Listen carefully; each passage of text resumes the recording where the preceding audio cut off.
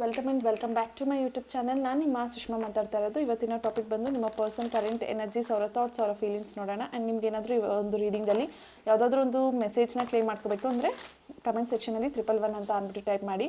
ನಿಮ್ಗೆ ಏನಾದರೂ personal tarot reading ಬೇಕಿದ್ರೆ ನಾನು ಒಂದು ವಾಟ್ಸಪ್ ನಮಗೆ ಕಾಲ್ ಹತ್ರ ಮೆಸೇಜ್ ಮಾಡಿ.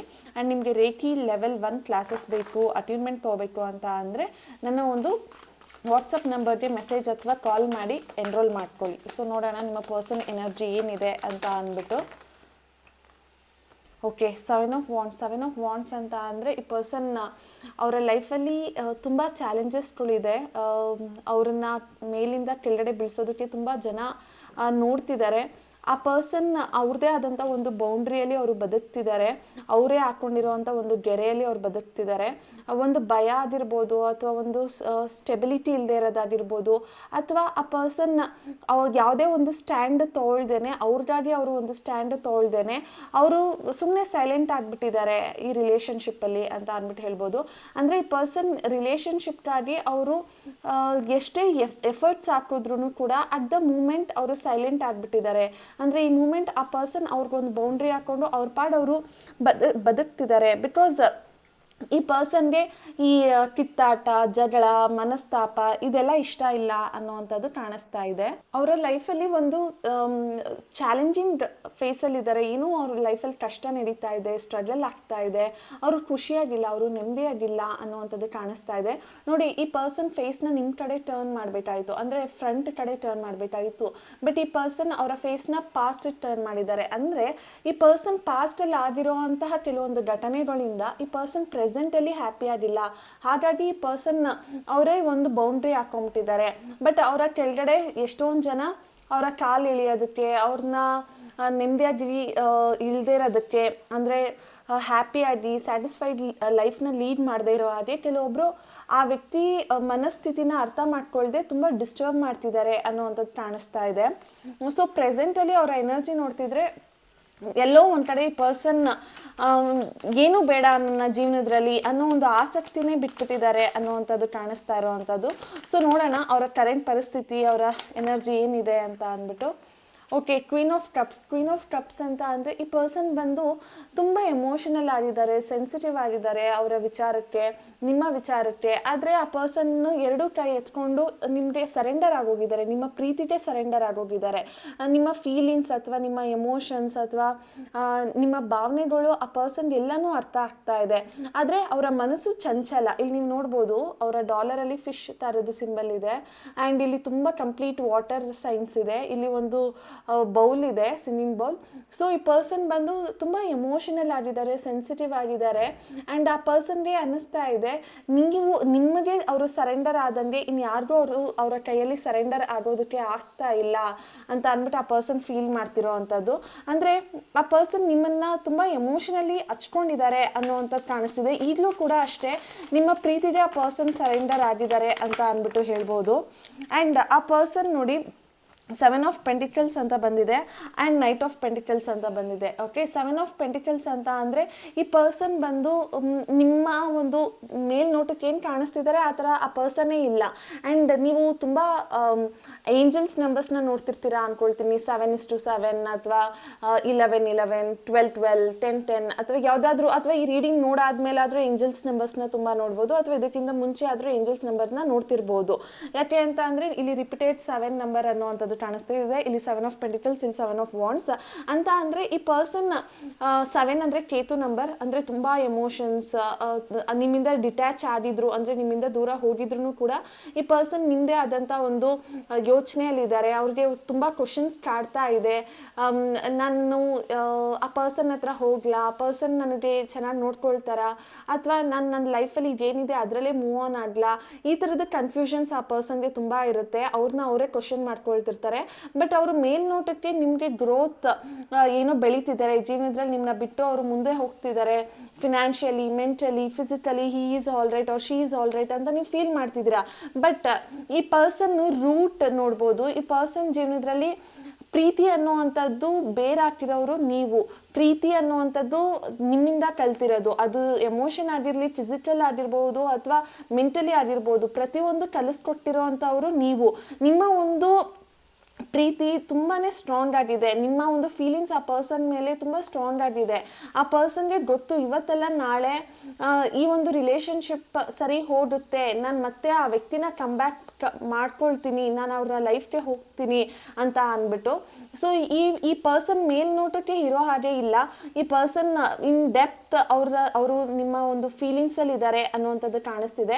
ಬಟ್ ನೈಟ್ ಆಫ್ ಪೆಂಟಿಕಲ್ಸ್ ನೋಡಿ, ಈ ಪರ್ಸನ್ನು ನಿಮ್ಮ ಹತ್ರ ಮೂವ್ ಆಗಬೇಕು, ನಿಮ್ಮ ಹತ್ರ ಬರಬೇಕು, ಅಪ್ರೋಚ್ ಆಗಬೇಕು ಅಂದ್ಕೊಳ್ತಿದ್ದಾರೆ. ಬಟ್ ಇಲ್ಲಿ ನೀವು ನೋಡ್ಬೋದು ಎಷ್ಟು ಸ್ಲೋ ಆಗಿ ಸಿಚುವೇಶನ್ ನಡೀತಿದೆ. ಕುದುರೆ ಫಾಸ್ಟಾಗಿ ಓಡ್ತಿಲ್ಲ, ಹುಡುಗ ಫಾಸ್ಟಾಗಿ ರನ್ನಿಂಗಲ್ಲಿಲ್ಲ, ಅಂದರೆ ತುಂಬ ಸ್ಲೋ ಆಗಿದೆ. ನಿಮ್ಮ ಜೀವನದಲ್ಲಿ ಈ ಪರ್ಸನ್ ಬರೋ ಅಂಥದ್ದು ತುಂಬ ಡಿಲೇ ಆಗಿ ಕಾಣಿಸ್ತಾ ಇದೆ. ಇವ್ರಿಗೆ ಯಾವಾಗಲಾದ್ರೂ ಒಂದು ದಿನ ಮಿಡ್ನೈಟಲ್ಲೋ ಅಥವಾ ನೈಟಲ್ಲೋ ಕಾಲ್ ಮಾಡೋದು ಅಥವಾ ಮೆಸೇಜ್ ಮಾಡೋದು ಮಾಡ್ಬೋದು. ಅಥವಾ ನಿಮಗೆ ಯಾವಾಗ ಬೇಕಾದ್ರೂ ನಿಮ್ಮ ಹತ್ರ ದುಡ್ಡು ಇಸ್ಕೊಂಡಿದ್ರೆ ದುಡ್ಡನ್ನ ರಿಟರ್ನ್ ಮಾಡೋ ನೆಪದ್ರಲ್ಲಿ ಈ ಪರ್ಸನ್ ಮತ್ತೆ ನಿಮ್ಮ ಲೈಫ್ಗೆ ಬರ್ಬೋದು. Because knight of pentacles horse ನೋಡ್ತಿರೋದು ಫ್ಯೂಚರ್ ಕಡೆ. ಸೊ ಇದು ಪ್ರೆಸೆಂಟ್ ಅಂದ್ರು ಇದು ಪಾಸ್ಟ್ ಅಂದ್ರೂ ಈ ಒಂದು ಕಾರ್ಡ್ ನಿಮ್ಗೆ ಏನು ಹೇಳ್ತಿದೆ ಅಂದರೆ ಈ ಪರ್ಸನ್ ಫ್ಯೂಚರ್ಗೆ ಬರ್ತಾರೆ. ಆದರೆ ಅವ್ರಿಗೆ ಅವ್ರದ್ದೇ ಆದಂಥ ಜೀವನದಲ್ಲಿ ಜಂಜಾಟಗಳಿದೆ, ಚಾಲೆಂಜಸ್ ಇದೆ, ಪ್ರಾಬ್ಲಮ್ಸ್ ಇದೆ. ಅದರಿಂದ ಆ ಪರ್ಸನ್ ಹೊರಗಡೆ ಬಂದು ನಿಮ್ಮನ್ನ ಅಪ್ರೋಚ್ ಮಾಡಬೇಕು ಅಂದರೆ ಅದಕ್ಕೆ ಟೈಮ್ ಬೇಕಾಗುತ್ತೆ. ಆ ಟೈಮ್, ಆ ಪೇಷನ್ಸ್ ನಿಮಗಿದೆಯಾ ಅನ್ನೋವಂಥದ್ದು ಈ ಕಾರ್ಡ್ ಹೇಳ್ತಾ ಇದೆ. ಸೊ ಅವರ ಜೀವನದಲ್ಲಿ ಅವರ ಪ್ರೆಸೆಂಟ್ ಏನು ನಡೀತಿದೆ ಅದರಲ್ಲಿ ಅವರು ಬೋರ್ ಆಗೋಗಿದ್ದಾರೆ. ಅವ್ರಿಗೆ ಅದು ಮೊನೋಟನಸ್ ರೊಟೀನ್, ಪ್ರತಿದಿನ ಅವರ ಆಫೀಸ್ ಕೊಟ್ಟೋದಾಗಿರ್ಬೋದು ಅಥವಾ ಅವ್ರು ಕೆಲಸ ಮಾಡೋದಾಗಿರ್ಬೋದು, ಅವ್ರ ಮನೆಯಲ್ಲಿ ಅವ್ರು ಇರೋದಾಗಿರ್ಬೋದು, ಅದೆಲ್ಲ ಅವ್ರಿಗೆ ಒಂದು ಜಂಜಾಟ ಆಗೋಗಿದೆ. ಆ ರೆಸ್ಪಾನ್ಸಿಬಿಲಿಟೀಸ್ನ ಇವ್ರಿಗೆ ಬೋರ್ ಅನ್ನಿಸ್ತಾ ಇದೆ. ಆದರೆ ಆ ರೆಸ್ಪಾನ್ಸಿಬಿಲಿಟೀಸ್ನ ಚೆನ್ನಾಗಿ ಹ್ಯಾಂಡಲ್ ಮಾಡೋದಕ್ಕೆ ಸಾಧ್ಯ ನೀವಿದ್ದಾಗ. ಸೊ ಹಾಗಾಗಿ ಈ ಪರ್ಸನ್ ನಿಮ್ಮನ್ನ ಅವರು ಲೈಫಲ್ಲಿ ಬೇಕು ಅನ್ನೋ ಒಂದು ಮೈಂಡ್ ಸೆಟ್ಟಲ್ಲಿ ಈ ಪರ್ಸನ್ ಇದ್ದಾರೆ ಅನ್ನೋವಂಥದ್ದು ಕಾಣಿಸ್ತಾ ಇದೆ. ಸೊ ಫ್ಯೂಚರ್ ಕಾರ್ಡ್ ಅಂತ ಅಂದ್ಬಿಟ್ಟು ಇದನ್ನು ಕನ್ಸಿಡರ್ ಮಾಡಿದ್ರೆ ಫ್ಯೂಚರಲ್ಲಿ ನೋಡ್ತಿದೆ. ಅಂದರೆ ನೀವು ಇಲ್ಲಿ ನೋಡ್ಬೋದು ಈ ಪರ್ಸನ್ ಫ್ಯೂಚರ್ಗೆ ಟರ್ನ್ ಆಗಿ ಹೋಗ್ತಿದ್ದಾರೆ, ಅಂದರೆ ಈ ಪರ್ಸನ್ ಫ್ಯೂಚರಲ್ಲಿ ಬರಬೇಕು ಅಂತ ಅಂದ್ಬಿಟ್ಟು ಅಂದ್ಕೊಳ್ತಿದ್ದಾರೆ ಅಂತ ಅಂದ್ಬಿಟ್ಟು ಹೇಳ್ತೀನಿ. ಇನ್ನೇನಾದರೂ ಇದೆಯಾ ನೋಡೋಣ. See again knight of wands ಬಂದಿದೆ. ನೈಟ್ಸ್ ಆ್ಯಂಡ್ ನೈಟ್ಸ್ ಅಂದರೆ ಈ ಪರ್ಸನ್ನು ಮತ್ತೆ ಫ್ಯೂಚರ್, ಇದು ಕೂಡ ನೋಡಿ ಫ್ಯೂಚರ್ ಕಡೆನೇ ಫೇಸ್ ಮಾಡ್ತಾ ಇದೆ. ಅಂದರೆ ಈ ಪರ್ಸನ್ಗೆ ನಿಮ್ಮನ್ನು ನೋಡಿದ್ರೆ ಅವ್ರಿಗೇನೋ ಒಂಥರ ಅಟ್ರಾಕ್ಷನ್, ಏನೋ ಒಂಥರ ಕನೆಕ್ಷನ್, ಏನೋ ಒಂಥರ ಎಕ್ಸೈಟ್ಮೆಂಟ್, ಲವ್, ಆ ಒಂದು ಫೀಲಿಂಗ್ ಅಥವಾ ಆ ಒಂದು ಅಡ್ವೆಂಚರಸ್ ಫೀಲ್, ಇದೆಲ್ಲ ಕೊಡೋದು ನೀವು ಅನ್ನೋದು ಆ ಪರ್ಸನ್ಗೆ ತುಂಬ ಚೆನ್ನಾಗಿ ಗೊತ್ತಿದೆ. ನಿಮ್ಮನ್ನು ನೋಡಿದ ತಕ್ಷಣ ಅವ್ರಿಗೆ ಒಂಥರ ಫೈರ್ ಥರ ಆಗೋಗ್ಬಿಡ್ತಾರೆ. ಅದೇ ನೀವಿಲ್ಲ ಅಂತ ಅಂದರೆ ಫುಲ್ ಕೂಲ್ ಡೌನ್, ಏನು ಲೈಫಲ್ಲಿ ಒಂದು ಎಕ್ಸೈಟ್ಮೆಂಟೇ ಇಲ್ಲ ಅನ್ನೋ ಒಂದು ಮನಸ್ಥಿತಿಯಲ್ಲಿ ಇರ್ತಾರೆ. ಸೊ ಈ ಪರ್ಸನ್ನು ನೀವು ಯಾರು ನೋಡ್ತಿದ್ದೀರೋ ಇಲ್ವೋ ನನಗೆ ಗೊತ್ತಿಲ್ಲ, but cards are very positive, ತುಂಬ ಪಾಸಿಟಿವ್ ಕಾರ್ಡ್ ಇದೆಲ್ಲ. ನಿಮ್ಮ ಲೈಫಲ್ಲಿ ಈ ಪರ್ಸನ್ ಫ್ಯೂಚರಲ್ಲಿ ಬರ್ತಾರೆ. ನಿಮಗೆ ಯಾವಾಗ ಬೇಕಾದರೂ ಈ ಪರ್ಸನ್ ಮೆಸೇಜ್ ಮಾಡ್ಬೋದು. ಮೆಸೇಜ್ ಮಾಡಿಬಿಟ್ಟು ಹೇಗಿದೆಯಾ ಅಂತಾದರೂ ಕೇಳ್ಬೋದು, ಅಥವಾ ನನಗೆ ಈ ನಂಬರಿಂದ ಕಾಲ್ ಬಂತು, ನೀವೇನಾದರೂ ಕಾಲ್ ಮಾಡೋದಕ್ಕೆ ಟ್ರೈ ಮಾಡ್ದಾ ಅಂತ ಈ ಥರದ್ದು ಏನಾದರೂ ಹೇಳಿ ಆ ಪರ್ಸನ್ ಕಾನ್ವರ್ಸೇಷನ್ನ ಬಿಲ್ಡ್ ಮಾಡಬೇಕು ಅಂತ ಅಂದ್ಕೊಳ್ತಾರೆ ಅನ್ನೋವಂಥದ್ದು ಇಲ್ಲಿ ಕಾಣಿಸ್ತಾ ಇದೆ. ಸೊ ವೇಟ್ ಆ್ಯಂಡ್ ವಾಚ್, ತಾಳ್ಮೆ ಇರಲಿ, ನಿಮ್ಮ ಪರ್ಸನ್ ನಿಮ್ಮ ಲೈಫ್ಗೆ ಬರೋ ಸಾಧ್ಯತೆ ತುಂಬ ಇದೆ. ನೋಡೋಣ ನಿಮ್ಗೆ ಏನಾದರೂ ಗೈಡೆನ್ಸ್ ಇದೆಯಾ, ನೀವೇನು ಕಲಿಬೇಕು, ಅಟ್ಲೀಸ್ಟ್ ಯೂನಿವರ್ಸ್ ನಿಮಗೆ ಏನು ಗೈಡೆನ್ಸ್ ಕೊಡೋದಕ್ಕೆ ಇಷ್ಟಪಡುತ್ತೆ. ದ ಹೈ ಪ್ರೀಸ್ಟಸ್ ಅಂತ ಅಂದರೆ ಸದ್ಯದ ಪರಿಸ್ಥಿತಿಯಲ್ಲಿ ರಿಲೇಷನ್ಶಿಪ್ ಆಗಿರಲಿ, ಎಮೋಷನ್ಸ್ ಆಗಿರಲಿ ಅಥವಾ ಲೈಫ್ ಆಗಿರಲಿ, ಏನೇ ಒಂದು ಕೂಡ ರೆಸ್ಪಾನ್ಸಿಬಿಲಿಟೀಸ್ ಯಾವುದೇ ಒಂದು ಇದ್ರೂ ಅದನ್ನೆಲ್ಲ ನೀವು ಬ್ಯಾಲೆನ್ಸ್ ಮಾಡಬೇಕು ಅಂತ ಅಂದ್ಬಿಟ್ಟು ಬರ್ತಾ ಇದೆ. ಓಕೆ, ಈ ಒಂದು ರಾಶಿಯವರು ಬಂದು ಕರ್ಕಾಟಕ ರಾಶಿ ಆಗಿರ್ತಾರೆ, ಮಕರ ರಾಶಿ, ಕನ್ಯಾ ರಾಶಿ, ತುಲಾ ರಾಶಿ, ಕುಂಭ ರಾಶಿ, ಧನು ರಾಶಿ, ಮೀನ ರಾಶಿ ಆಗಿರ್ತಾರೆ. ಆ್ಯಂಡ್ ಈ ಪರ್ಸನ್ ಡೇಟ್ ಆಫ್ ಬರ್ತ್ ಬಂದು 4, 7, 16, 26, 25, 30, 14 ಆ್ಯಂಡ್ 24, 11 ಆಗಿರುತ್ತೆ. ಓಕೆ, ಸೊ ಈ ಪರ್ಸನ್ ಅಂದರೆ ನೀವು ನಿಮ್ಮ ಲೈಫಲ್ಲಿ ಪ್ರತಿಯೊಂದನ್ನು ಬ್ಯಾಲೆನ್ಸ್ ಮಾಡಬೇಕಾಗಿದೆ. ಅಂದರೆ ರೆಸ್ಪಾನ್ಸಿಬಿಲಿಟೀಸ್ನ ಪ್ರಾಪರಾಗಿ ಹ್ಯಾಂಡಲ್ ಮಾಡಬೇಕಾಗಿರುತ್ತೆ. ನಿಮ್ಮ ಫೀಲಿಂಗ್ಸ್ನ ನೀವು ಯಾರ ಹತ್ರನೂ ಶೇರ್ ಮಾಡ್ಕೊಳ್ದೇನೆ ನಿಮ್ಮಲ್ಲೇ ಹೈಡ್ ಮಾಡ್ಕೊಳ್ಳಿ ಸ್ವಲ್ಪ ದಿನ. ಅದಕ್ಕಾಗಿ ಕೊರಗಬೇಡಿ, ಎಮೋಷನಲಿ ಡಿಸ್ಟರ್ಬ್ ಆಗಬೇಡಿ. ಬಿಕಾಸ್ ಹೈ ಪ್ರೀಸ್ಟೆಸ್ ಅಂದರೆ ಎಮೋಷನಲಿ ಅವಳು ತುಂಬ ಬೇಗ ಡಿಸ್ಟರ್ಬ್ ಆಗಿಬಿಡ್ತಾಳೆ. ಅದೇ ಥರ ನೀವು ಎಮೋಷನಲಿ ಡಿಸ್ಟರ್ಬ್ ಆಗಬೇಡಿ. ನಿಮ್ಮ ಕಾರ್ಯ ಕೆಲಸ ಏನಿದೆ ಅದನ್ನು ನೀವು ಮಾಡ್ತಾ ಬನ್ನಿ. ನಿಮ್ಮ ಜೀವನನ ನೀವು ಬೇರೆ ಕಡೆ ಅಲ್ಲಿ ನೀವು ಎಫರ್ಟ್ಸ್ ಹಾಕೋದು, ಅಲ್ಲಿ ನೀವು ಎಂಗೇಜ್ ಆಗೋದು ನಿಮ್ಮ ಲೈಫಲ್ಲಿ ಮಾಡಿದ್ರೆ ಈ ಪರ್ಸನ್ ಬಂದಾಗ ನಿಮಗೆ ಆಶ್ಚರ್ಯನೂ ಆಗಲ್ಲ, ಅಥವಾ ಈ ಪರ್ಸನ್ ಇಲ್ಲ ಅಂದರೆ ನಿಮ್ಗೆ ಹರ್ಟೋ ಆಗಲ್ಲ. ಸೊ ಜೀವನನ ಜೀವಿಸೋದು ಕಲೀರಿ ಅಂತ ಅಂದ್ಬಿಟ್ಟು ಹೇಳ್ತೀನಿ. ಸೊ ಈ ಕಾರ್ಡ್ ಅದೇ ಹೇಳ್ತಾ ಇದೆ. ಬ್ಯಾಲೆನ್ಸ್ ಮಾಡಿ, ಪ್ರತಿಯೊಂದೂ ಬ್ಯಾಲೆನ್ಸ್ ಮಾಡಿ. Emotional balance, physical balance, responsibilities, family, ಇದನ್ನೆಲ್ಲನೂ ಬ್ಯಾಲೆನ್ಸ್ ಮಾಡಿ ಅಂತ ಅಂದ್ಬಿಟ್ಟು ಇಲ್ಲಿ ಹೇಳ್ತಾ ಇರೋವಂಥದ್ದು. ನಿಮ್ಮ ಇಂಟ್ಯೂಷನ್ ಮಾತು ನಿಮ್ಮನ್ನ ಕೇಳಿ. ನಿಮ್ಗೇನೋ ಒಂದು ಇಂಟ್ಯೂಷನ್ ವರ್ಕ್ ಆಗ್ತಾ ಇರುತ್ತೆ, ಈ ಪರ್ಸನ್ ಬಂದ್ಬಿಡ್ತಾರೆ ಅಥವಾ ಈ ಪರ್ಸನ್ ಬರಲ್ಲ ಅಥವಾ ಈ ಪರ್ಸನ್ಗೆ ನಾನು ಈ ಥರ ಅಪ್ರೋಚ್ ಮಾಡಬೇಕು, ಈ ಥರದ್ದೇನೋ ನಿಮ್ಮ ಇಂಟ್ಯೂಷನ್ ವರ್ಕ್ ಆಗ್ತಾ ಇರುತ್ತೆ. ಸೊ ನೀವು ಅದನ್ನು ಫಾಲೋ ಮಾಡಿ, ನಿಮ್ಮ ಇಂಟ್ಯೂಷನ್ ಮಾತನ್ನು ಕೇಳಿ ಅನ್ನೋವಂಥದ್ದನ್ನು ಹೇಳ್ತೀನಿ. ಆ್ಯಂಡ್ ಇಲ್ಲಿ ಒನ್ ಮೋರ್ ಕಾರ್ಡ್ ಅದಾಗೆ ಅದು ಬಿದ್ದಿದೆ, ದ ಫೂಲ್ ಮತ್ತು 5 ಆಫ್ ಪೆಂಟಿಕಲ್ಸ್ ಅಂತ ಅಂದರೆ ಯಾವುದಕ್ಕೂ ಕೂಡ ಧೃತಿ ಕೆಡಬೇಡಿ. ಅಂದರೆ ಡಿಪ್ರೆಷನ್ ಓಡೋದು, ಆ್ಯನ್ಸೈಟಿ ಓಡೋದು, ಅಥವಾ ಮನಿ ಮೇಲೆ ಫೋಕಸ್ ಮಾಡೋದು, ಅಥವಾ ಜೀವನದಲ್ಲಿ ಏನೂ ಇಲ್ಲ ಅಂತ ಅನ್ನೋದು, ಆ ಥರದ್ದು ಎಲ್ಲನೂ ಬಿಟ್ಬಿಟ್ಟು ಜೀವನನ ತುಂಬ ಅಡ್ವೆಂಚರಸ್ ಆಗಿ ನೋಡಿ.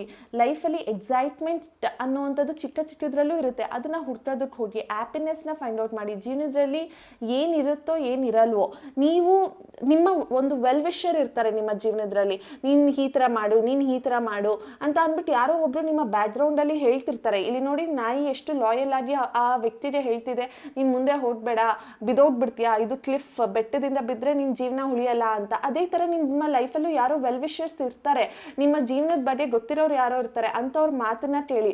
ಅಂಥವ್ರ ಮಾತನ್ನ ಕೇಳಿದಾಗ, ಅವರ ಗೈಡೆನ್ಸ್ನ ನೀವು ತೊಗೊಂಡಾಗ ನಿಮ್ಮ ಲೈಫಲ್ಲಿ ನೀವು ತುಂಬ ಚೆನ್ನಾಗಿ ಮುಂದೆ ಹೋಗ್ತೀರಾ. ನಿಮ್ಮ ಇಂಟ್ಯೂಷನ್ ಮತ್ತು ನಿಮ್ಮ ವೆಲ್ ವಿಷರ್ಸ್ ಏನಾದರೂ ಗೈಡ್ ಮಾಡ್ತಿದ್ರೆ ಅದನ್ನು ಲಿಸನ್ ಮಾಡಿ ಅಂತ ಅಂದ್ಬಿಟ್ಟು ಹೇಳ್ತೀನಿ. ಆದರೆ ಯಾವುದೇ ಕಾರಣಕ್ಕೂ ಕೂಡ ಸ್ಟ್ರೆಸ್ ಆಗೋದು ಅಥವಾ ಡಿಪ್ರೆಷನ್ ಓಡೋದು, ಆ್ಯನ್ಸೈಟಿ ಓಡೋದು ಆ ಥರ ಮಾಡಬೇಡಿ. ಬಿಕಾಸ್ ಲೈಫ್ ಇರೋದು ಒಂದೇ, ಆದಷ್ಟು ಎಂಜಾಯ್ ಮಾಡಿ ಅಂತ ಅಂದ್ಬಿಟ್ಟು ಹೇಳ್ತೀನಿ. ಸೊ ಇದಾಗಿತ್ತು ಇವತ್ತಿನ ರೀಡಿಂಗ್. ನಿಮ್ಗೆ ಏನಾದರೂ ಈ ರೀಡಿಂಗ್ ಇಷ್ಟ ಆಗಿದ್ರೆ ನನ್ನ ಒಂದು ಕಮೆಂಟ್ ಸೆಕ್ಷನಲ್ಲಿ ತಿಳಿಸಿ. Thank you.